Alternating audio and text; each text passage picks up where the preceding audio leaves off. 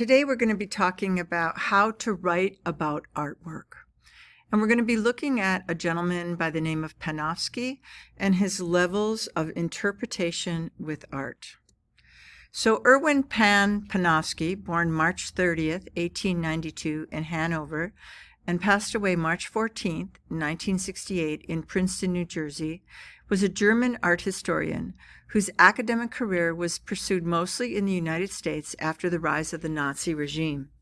Panofsky's work remains highly influential in modern academic study of iconography, and many of his works are still in print, including Studies in Iconography, Humanist Themes in the Art of the Renaissance, and his eponymous study of Albrecht Dürer. So Panofsky had three levels of interpretation. One was pre-iconographic, the second was iconographic, and the third was iconologic. Well, what do those terms mean? Let's get into that. So for Panofsky, it's important to consider all three strata as one examines art.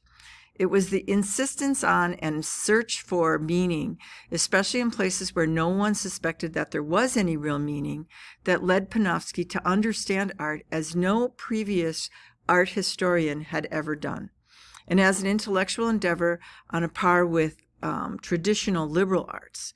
So when we talk about pre-iconographic, we're talking about the primary subject matter. So what does that mean? The most basic level of understanding, this stratum consists of perception of the work's pure form. So let's take a look at a work that we all know, The Last Supper. If we stopped at this first stratum, pre-iconographic, such a picture could only be perceived as a painting of 13 men seated at a table.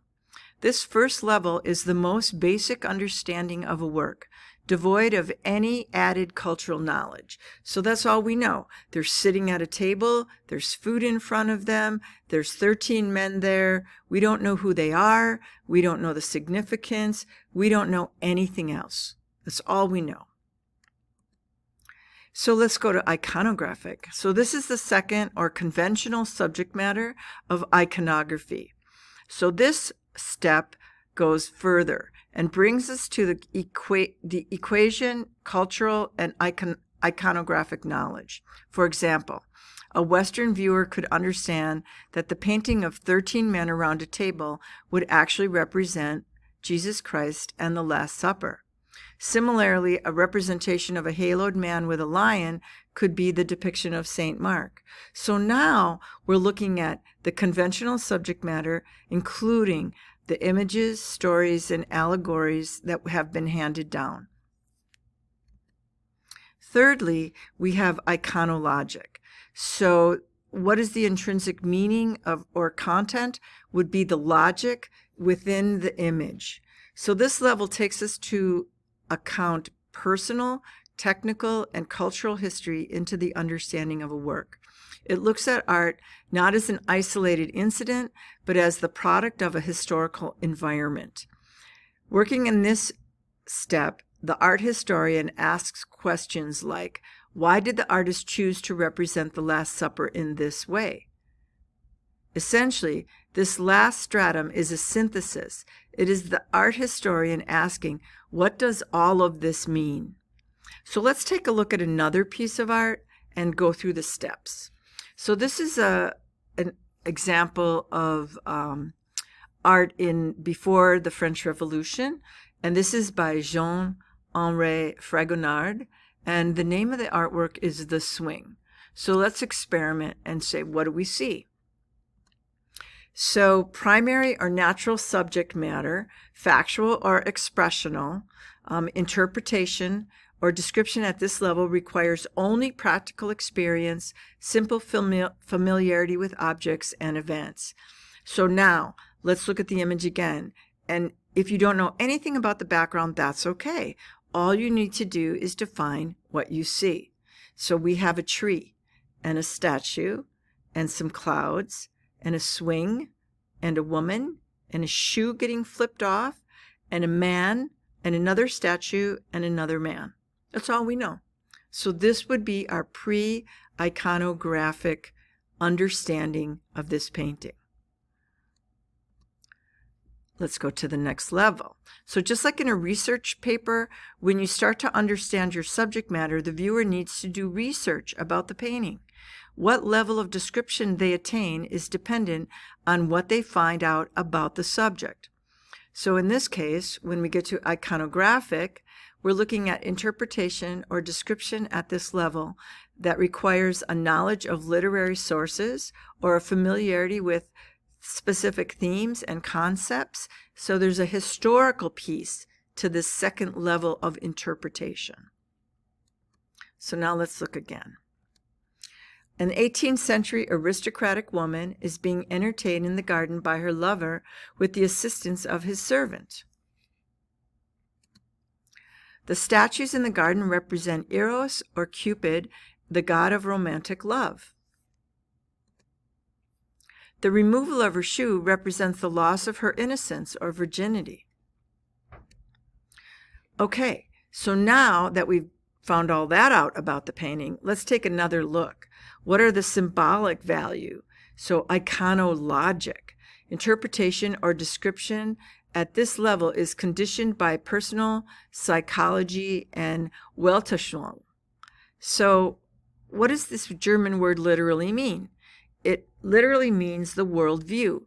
It combines Welt, world, with Anschauung, view, which ultimately derives from the Middle High German verb schauen, or to show.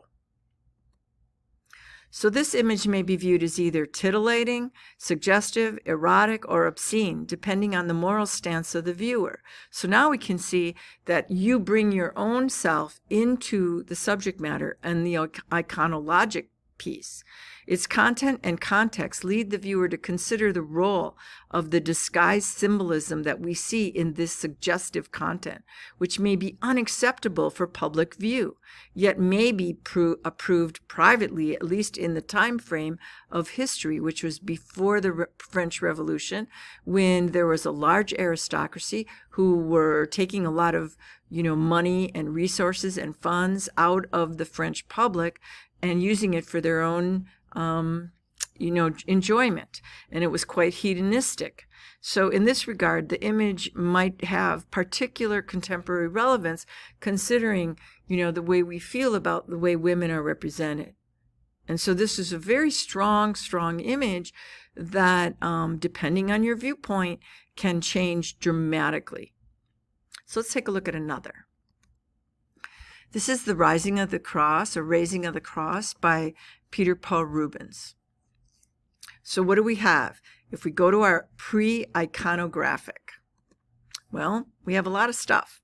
We have writing, a wooden cross, a tree, a man, another man, a rope, a sky, another man, several men, armor, there's a man with armor, rocks, and a dog in the corner, and a blue cloth.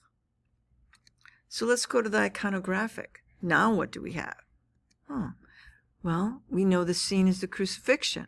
Very different than just saying it's a man. Jesus Christ is the man and God. The figure in armor identified as self-portrait of Rubens. The figure sometimes identified as Pontius Pilate. And then there's the dog. So the dog is Rubens' hunting dog, added 16 years after the painting was completed, to satisfy the complaints from a priest and the church warden that said the bottom left-hand corner looked really empty. So there we see our dog. But what do we see overall? So we have the death of Jesus Christ on the cross, and his resurrection from the dead is the only means of salvation from sin and eternal life with God. So this is our iconologic description. This is not merely an historical event, but the central fact of the Christian faith and a matter of the greatest personal significance to many, many people on this planet. So there we can look at the whole image again, and we can see the passion in which Peter Paul Rubens painted it. Did he really want to put the dog in there? Probably not. Maybe he was angry that they made him put the dog in, but in any event, it's there now and it's part of history. So the richest reading of a work of art is only available to a viewer who is willing and prepared to explore the work for its several levels of meaning and significance.